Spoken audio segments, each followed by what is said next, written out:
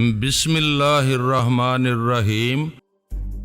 سب سے پہلے برین آدم اور الپا سے رابطہ کیا گیا، پھر انہوں نے دوسرے اکابرین سے کہا آج کی رات سونے کے لیے نہیں ہے، ہمارے ملک پر قیامت آ رہی ہے، آپ حضرات فوراً اعلیٰ حاکم کے محل میں حاضر ہو جائیں۔ محل کے اس حصے میں لاشیں اور انسانی اعضاء بکھرے ہوئے تھے، وہ سب دوسرے بڑے حال میں آ گئے۔ وقفے وقفے سے اطلاع مل رہی تھی کہ تل ابیب شہر میں اکا دکا وارداتیں ہو رہی ہیں، کہیں کوئی منکی مین مارا جا رہا ہے اور کہیں اسرائیلی فوجی جوان یا افسر کی لاش مل رہی ہے۔ جب تمام اکابرین وہاں جمع ہو گئے تو ایک نے منکی مین سے پوچھا ہم یہاں خاصی تعداد میں ہیں لیکن تم تنہا ہو، یہاں منکی ماسٹر کو آنا چاہیے۔ میں پہلے کہہ چکا ہوں کہ ہمارا ماسٹر سایہ بن کر میرے اندر موجود ہے، میں یہاں جو کہوں گا وہ ماسٹر کی ہدایت کے مطابق ہی کہوں گا، پھر بھی اپنے ساتھ دو چار مشیر رکھ لو تو بہتر ہے۔ منکی مین نے فضا میں ہاتھ اٹھا کر چٹکی بجائی، تمام حاضرین ایک دم سے گھبرا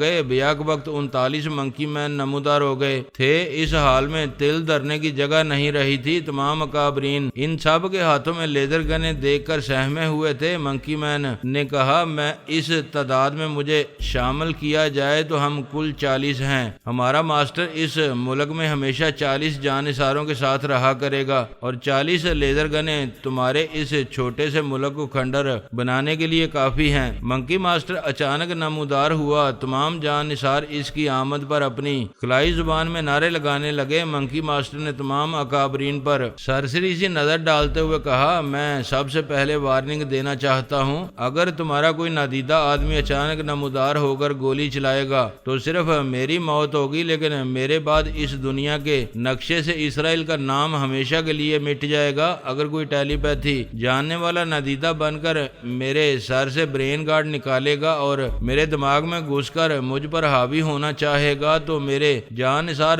تم میں سے کسی کی کھوپڑی سلامت نہیں رہنے دیں گے۔ ایک اعلیٰ فوجی افسر نے کہا ماسٹر ہمیں دوستانہ ماحول میں گفتگو کرنی چاہیے، لیکن تم اپنی باتوں سے ہماری توہین کر رہے ہو۔ ماسٹر نے کہا جیسا کرو گے ویسا سنو گے۔ تمہاری الپا نے میرے بھائی کے سر سے برین گارڈ نکال کر اس کے دماغ میں گھس کر اسے اپنا غلام بنا لیا تھا۔ جب میرے بھائی کے ساتھ ایسا ہو چکا ہے تو تمہارے جیسے کم ظرف میرے ساتھ بھی ایسا سلوک کر سکتے ہیں۔ ایک افسر نے کہا آئندہ ایسا نہیں ہوگا، پلیز توہین امیز الفاظ سے پرہیز کرو۔ تم نے ہماری دشمنی دیکھی ہے، دوستی نہیں، دوستی کرو گے تو ہماری پچھلی دشمنی بھول جاؤ گے۔ ایک اعلیٰ افسر نے کہا ہمارے جتنے افسر اور سپاہی نادیدہ بن جاتے ہیں انہیں ہم نے بیرک میں واپس بلا لیا ہے، تم بھی اپنے جانثاروں کو حکم دو کہ وہ کسی کو ہلاک نہ کریں اور شہر چھوڑ کر خیموں میں چلے جائیں۔ ماسٹر نے کہا جب تمہارے جنگ کرنے والے بیرک میں جا چکے ہیں تو پھر میرے جانثار کسی کو کیوں ہلاک کریں گے؟ جب پتھر سے سر ٹکرانے آؤ گے تو پتھر تمہیں نقصان پہنچائے گا۔ میرے جانثار ہمیشہ امن و امان سے رہنے کے عادی ہیں، لیکن وہ شہر میں رہیں گے تو خوف و ہراس پھیلے گا۔ ان کے لیے خیمے نصب کیے گئے ہیں، وہ تو جنگ سے پہلے نصب کیے گئے تھے، جنگ کے بعد فاتح محلوں میں رہتے ہیں اور مفتوح جنگی قیدی بن کر خیموں میں رہتے ہیں۔ ابھی یہ فیصلہ نہیں ہوا ہے کہ ہم میں سے کون فاتح ہے اور کون مفتوح، لیکن فیصلے سے پہلے تم لوگ دباؤ میں ہو۔ تمہیں یہ پریشانی ہے کہ ہماری لیزر گنوں سے تمہارے شہری مارے جائیں گے۔ لیزر گن کی ایک شعاع سے چھوٹی عمارتیں کھنڈر بن جاتی ہیں اور ہم جب بھی تم سے جنگ کریں گے تو شہروں اور چھوٹی بڑی آبادی میں کریں گے۔ شہروں میں جنگ لڑنا انسانیت کے خلاف ہے، ہتھیار اٹھانا ہی انسانیت کے خلاف ہے۔ اگر اتنے ہی انسان دوست ہو تو اپنے ملک کے تمام ہتھیار اٹھا کر سمندر میں پھینک دو، عبادت گاہوں میں جا کر بیٹھ جاؤ اور ہمیں امن و امان سے یہاں حکومت کرنے دو۔ تم ہمارے ملک میں کیوں حکومت کرنا چاہتے ہو؟ اس دنیا میں بڑے بڑے خوبصورت ملک ہیں، تمہیں وہاں حکومت کرنا چاہیے۔ ہم وہاں بھی جائیں گے لیکن نشیمن یہاں بنائیں گے، پرندوں کی طرح صبح نشیمن سے پرواز کریں گے اور شام کو اندھیرا ہونے سے پہلے واپس آ جایا کریں گے۔ ہم تمہاری کسی دوسرے ملک میں قدم جمانے کے سلسلے میں مدد کریں گے، ہم تمہاری مدد کے بغیر تمہارے ہی ملک میں قدم جما رہے ہیں۔ تم صلح کرنے والی نہیں جنگ کرنے والی باتیں کر رہے ہو۔ اگر ہمیں یہاں ایک چھوٹا سا شہر رہنے کے لیے دے دیا جائے تو جنگ نہیں ہوگی، ہمارے درمیان صلح ہو جائے گی۔ تم جبرن اپنی قوم کے ساتھ یہاں رہنا چاہو گے تو ہم تنگ آمد بجنگ آمد کے مصداق جنگ کرنے پر مجبور ہو جائیں گے۔ ہماری یہودی قوم کا ایک ایک فرد اپنی آخری سانس تک لڑتا رہے گا اور تمہارے قدم اکھاڑتا رہے گا۔ برین آدم نے کہا، ماسٹر تمہیں یہاں اڈا بنانے کی ضد نہیں کرنا چاہیے، اپنے اندر تھوڑی سی لچک پیدا کرو۔ تم آدھی دنیا پر حکمرانی چاہتے ہو، ہم تمہارے خواب کی تعبیر دکھائیں گے، تم جو چاہو گے وہی ہوگا۔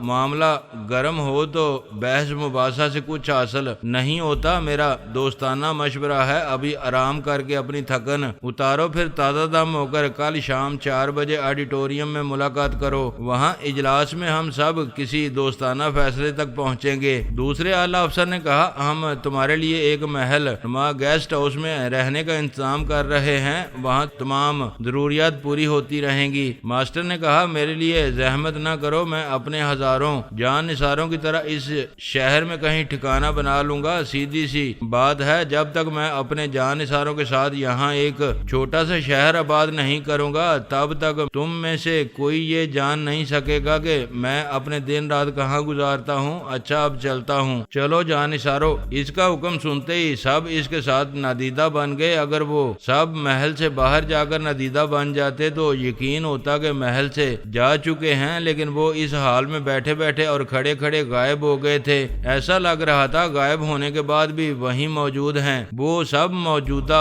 حالات پر ایک دوسرے سے بہت کچھ کہنا چاہتے تھے، لیکن رازداری سے، اور جب نادیدہ افراد کی موجودگی کا شبہ ہو تو رازداری ممکن نہیں ہوتی۔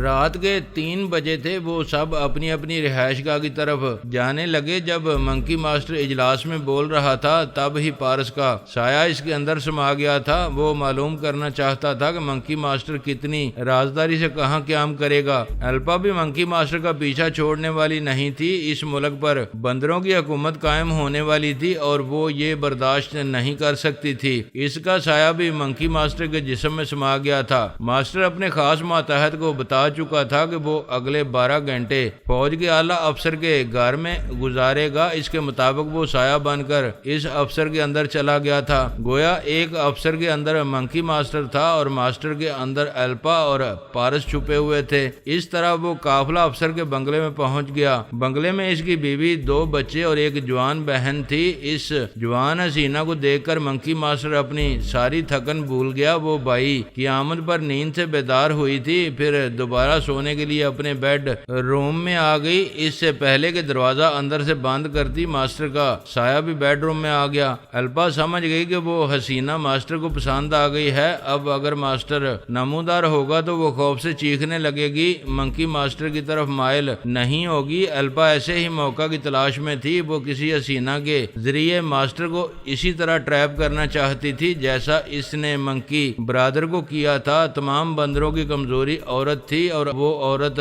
کے ذریعے ہی ماسٹر کو کمزور بنانا اور جھکانا چاہتی تھی۔ پارس اس ارادے سے منکی مین کے اندر سمایا ہوا تھا کہ وہ اپنے بھائی کی طرح کسی حسینہ کا دیوانہ نہ بن جائے، ورنہ الپا اس کی دیوانگی سے فائدہ اٹھائے گی۔ تمام منکی مین جسمانی طور پر قد داور اور صحت مند تھے۔ عورتیں ان کی جسامت سے متاثر ہوتی تھیں، صرف ان کی صورتیں پسند نہیں آتی تھیں۔ وہ پہلی ملاقات میں ان سے منہ پھیر لیتی تھی، لیکن ایک بار ان سے دوستی کرنے کے بعد ان کی دیوانی ہو جاتی تھی۔ پارس کا خیال تھا کہ اس فوجی افسر کی بہن ٹینا اسے اچانک دیکھتے ہی چیخ پڑے گی، اس سے منہ پھیر لے گی، لیکن وہ اس کے کمرے میں نمودار ہوا تو اس نے چیخنے سے پہلے اس کا منہ دبا دیا۔ وہ پہلے ذرا سہم گئی، پھر اس نے آنکھوں سے اطمینان ظاہر کیا۔ منکی ماسٹر نے کہا، میں وعدہ کرتا ہوں تمہیں نقصان نہیں پہنچاؤں گا، مجھ پر اعتماد کرو گی تو بہتر ہوگا، ورنہ تمہیں جی بھر کے چیخنے چلانے کی اجازت ہے۔ اس نے ٹینا کے منہ پر سے ہاتھ ہٹا لیا۔ وہ ایک قدم پیچھے ہٹ کر اسے سر سے پیر تک دیکھنے لگی، پھر بولی، میں نے ٹی وی پر اور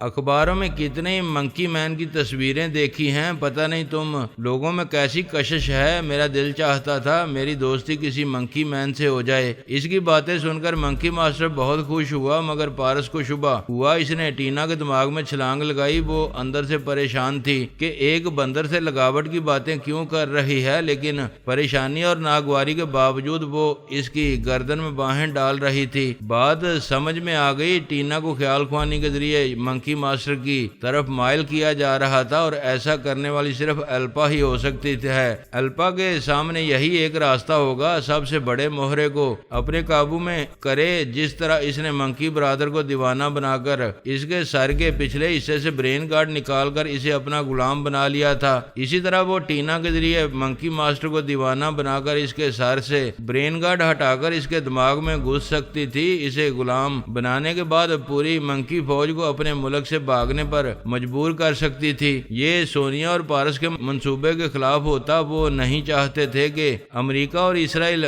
آسانی سے خلائی مخلوق سے پیچھا چھڑا لیں۔ وہ دونوں ممالک شر پسند تھے، انہیں نجات حاصل کرنے کی ذرا سی بھی مہلت دی جاتی تو وہ منکی فوج کا رخ بابا صاحب کے ادارے اور اسلامی ممالک کی طرف پھیر دیتے۔ سونیا کا یہ پلان تھا کہ تمام منکی مین ان ہی دو ممالک میں جدوجہد کرتے کرتے اور ناکام ہوتے ہوتے اتنے مایوس ہو جائیں کہ پھر دنیا کے دوسرے ممالک کا رخ نہ کریں، تھک ہار کر اپنے زون میں واپس چلے جائیں۔ ٹینا الپا کے زیر اثر رہ کر منکی ماسٹر کو اپنا دیوانہ بناتی رہی۔ اس کے سر پر ہاتھ پھیرنے کے دوران الپا نے کئی بار مجبور کیا کہ وہ برین گارڈ کھینچ کر الگ کر دے، لیکن ہر بار ٹینا کا ہاتھ برین گارڈ تک پہنچ کر واپس ہو جاتا تھا۔ تب الپا کو سوچنا پڑا کہ ٹینا کے اندر اس کے علاوہ کوئی اور بھی ہے جو اس کی کوششوں کو ناکام بنا رہا ہے۔ اس رات کی صبح ہو گئی۔ ٹینا اور منکی ماسٹر گہری نیند سو گئے اور الپا اپنے مقصد میں کامیاب نہ ہو سکی۔ وہ مایوس ہو کر برین آدم کے پاس آئی۔ وہ تمام رات کا تھکا ہوا تھا، اس لیے سو رہا تھا۔ الپا نے اسے جگانا مناسب نہیں سمجھا۔ اس کے چور خیالات پڑے تو معلوم ہوا دو اسرائیلی جاسوس عورتوں نے دو منکی مین کو ٹریپ کیا ہے۔ ان کے سروں سے برین گارڈ نکالے گئے ہیں۔ ان کے دماغوں میں اب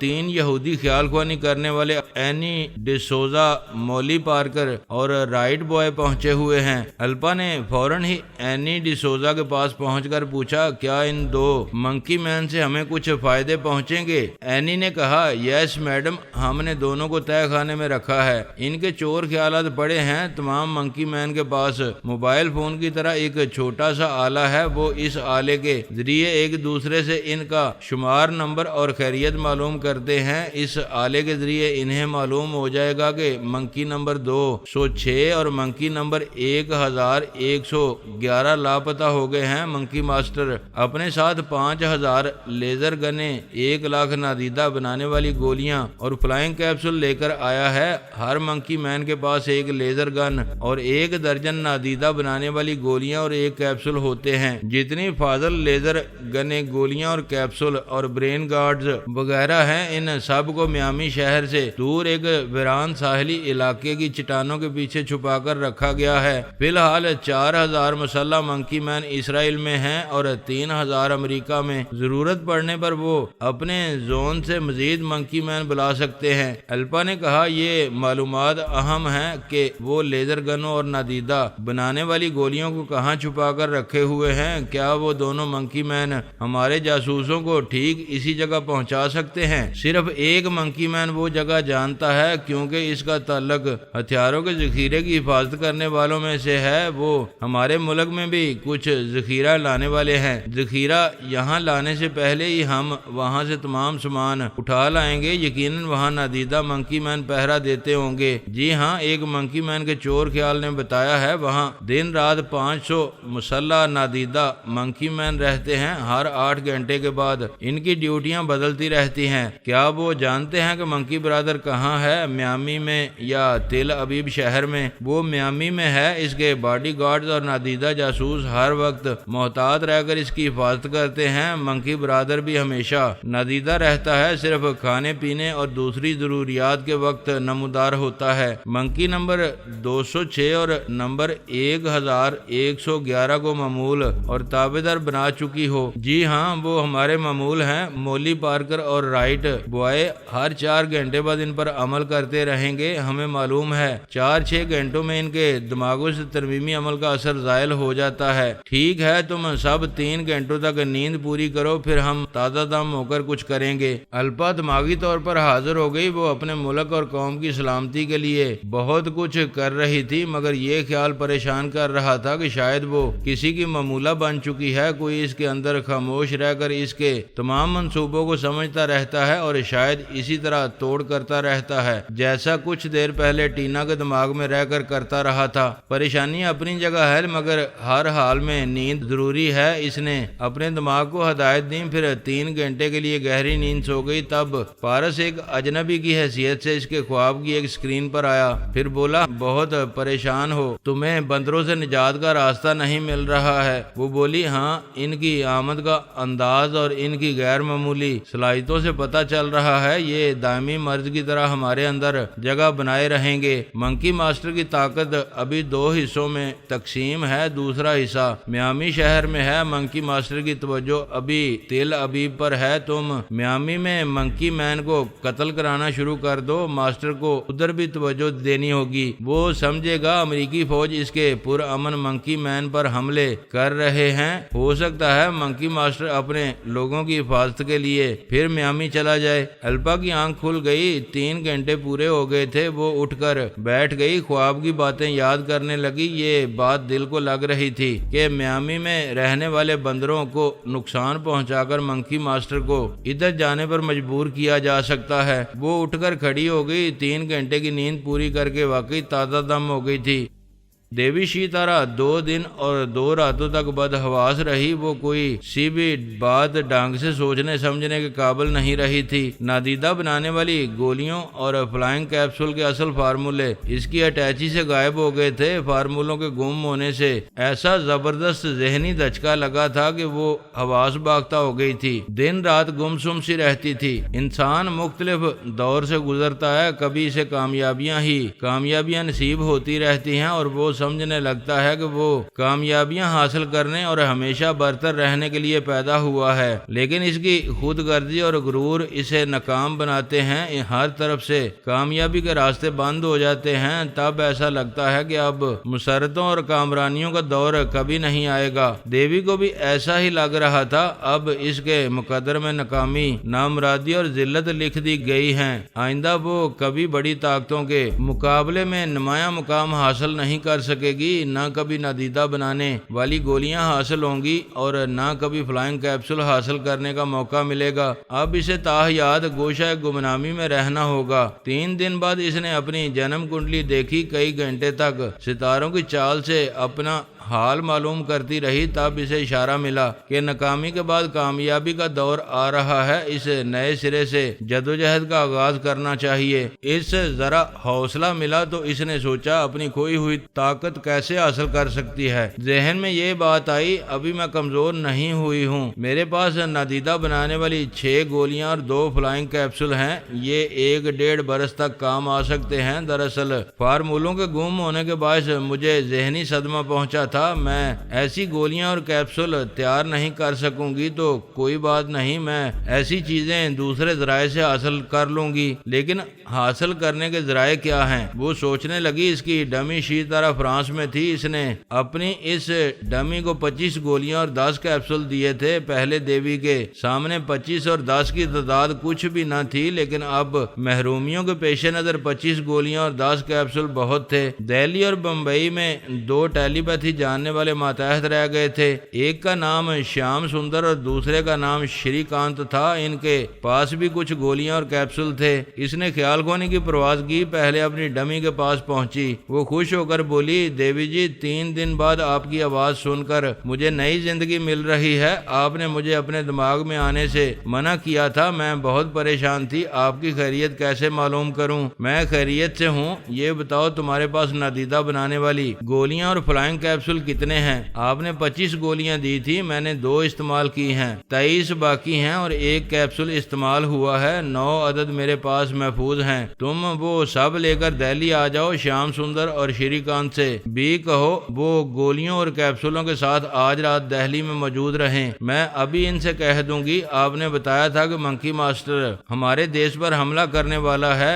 کیا اب بھی حملے کا اندیشہ ہے؟ دیوی نے کہا شاید منکی ماسٹر اور امریکہ اور یورپ کے ملکوں میں الجھ کر رہ گیا ہے۔ میں ابھی معلوم کروں گی کہ وہ تمام بندر کہاں ہیں اور کیا کر رہے ہیں۔ وہ دماغی طور پر حاضر ہو کر سوچنے لگی، یہ ہمارے حق میں اچھا ہو رہا ہے کہ منکی ماسٹر نے اب تک ہماری طرف کا رخ نہیں کیا ہے۔ اب میری یہی کوشش ہونی چاہیے کہ منکی ماسٹر یہاں کسی طرح بھی نہ آ سکے۔ منکی ماسٹر کے متعلق سوچتے ہوئے ذہن نے کہا، ان بندروں کے پاس بے شمار گولیاں اور کیپسول ہیں، کوئی زبردست چال چل کر ان سے یہ سب کچھ حاصل کیا جا سکتا ہے۔ اس کے لیے کوئی ٹھوس اور قابل عمل منصوبہ بنانا ہوگا۔ اس نے میامی میں آرمی ہیڈ کوارٹر کے ایک اعلیٰ افسر کے دماغ میں آ کر خیالات پڑے۔ پتا چلا کہ منکی ماسٹر کی فوج میامی شہر اور تل ابیب میں ہے۔ میامی میں ان بندروں کی سرگرمیاں فی الحال کچھ نرم پڑ گئی ہیں۔ تل ابیب میں ان کی کوشش ہے کہ انہیں منکی فوج کا اڈا بنانے کے لیے ایک چھوٹا سا علاقہ مل جائے۔ اسرائیلی حکومت منکی ماسٹر کے دباؤ میں ہے، بندروں کے فوجی اڈے کے مطالبے کو ٹال رہی ہے۔ اس سلسلے میں شام کو ایک میٹنگ ہونے والی ہے۔ اس نے اپنی ڈمی سے پھر رابطہ کیا اور کہا، ہماری ملاقات دہلی میں نہیں تل ابیب میں ہوگی۔ شیام سندر اور شری کانت سے کہو وہ فلائنگ کیپسول کے ذریعے آج رات تل ابیب پہنچے۔ تم سب ابھی روانہ ہو جاؤ، وہاں ایک اہم میٹنگ ہونے والی ہے۔ اگر ہم جلد سے جلد وہاں پہنچ کر اس میٹنگ کی کارروائی دیکھ سکیں تو بہتر ہوگا۔ دیوی نے اس سے رابطہ ختم کیا اور سفر کی تیاری کرنے لگی۔ ایک بیگ میں ضروری سامان رکھا، پھر اس غار کی گہرائیوں سے گزرتی ہوئی باہر آئی۔ ہمالیہ کی وادی برف سے ڈھکی ہوئی تھی۔ وہ ایسی جگہ تھی جہاں سے کوئی انسان نہیں گزرتا تھا، لیکن وہ دور نظریں دوڑانے کے بعد ٹھٹک گئی۔ بہت دور ایک چھوٹا سا لڑکا نظر آ رہا تھا۔ اس نے غور سے دیکھا، لڑکے نے گرم برفانی علاقے کا لباس پہنا ہوا تھا، سر پر پگڑی تھی، جس سے پتا چلا کہ وہ ایک سکھ لڑکا ہے۔ سکھ لڑکے کے حوالے سے دلجیت سنگھ یاد آ گیا۔ اس کی یاد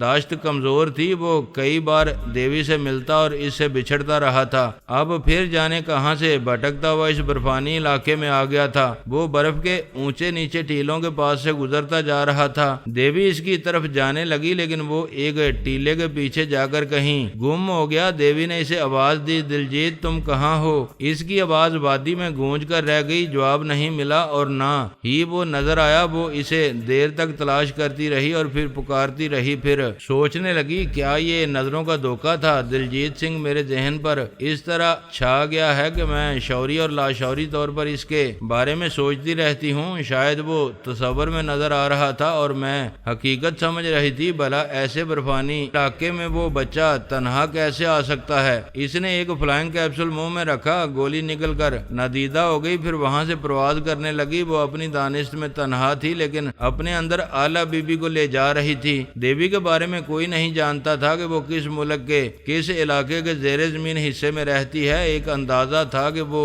ان دنوں ہندوستان میں ہے، اس لیے ہو سکتا ہے کہ وہاں کے پہاڑی علاقوں میں ہو، اور چونکہ وہ بچپن سے ہمالیہ کی ترائی میں رہتی آئی ہے تو یہ بھی ہو سکتا ہے کہ وہیں کسی غار میں قیام کر رہی ہو۔ اسی اندازے کے مطابق اعلیٰ بی بی ثانی کو وہاں پہنچایا گیا تھا اور وہ اندازہ درست نکلا تھا۔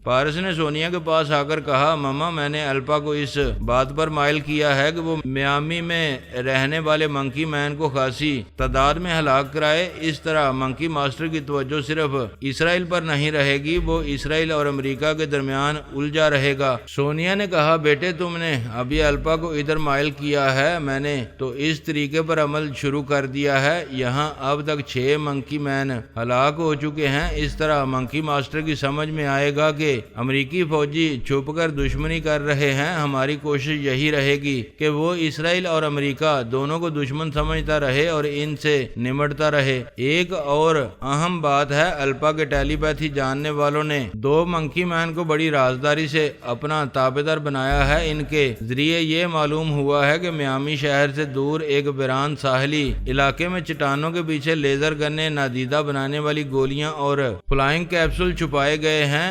وہاں ان چیزوں کا بہت بڑا ذخیرہ ہے۔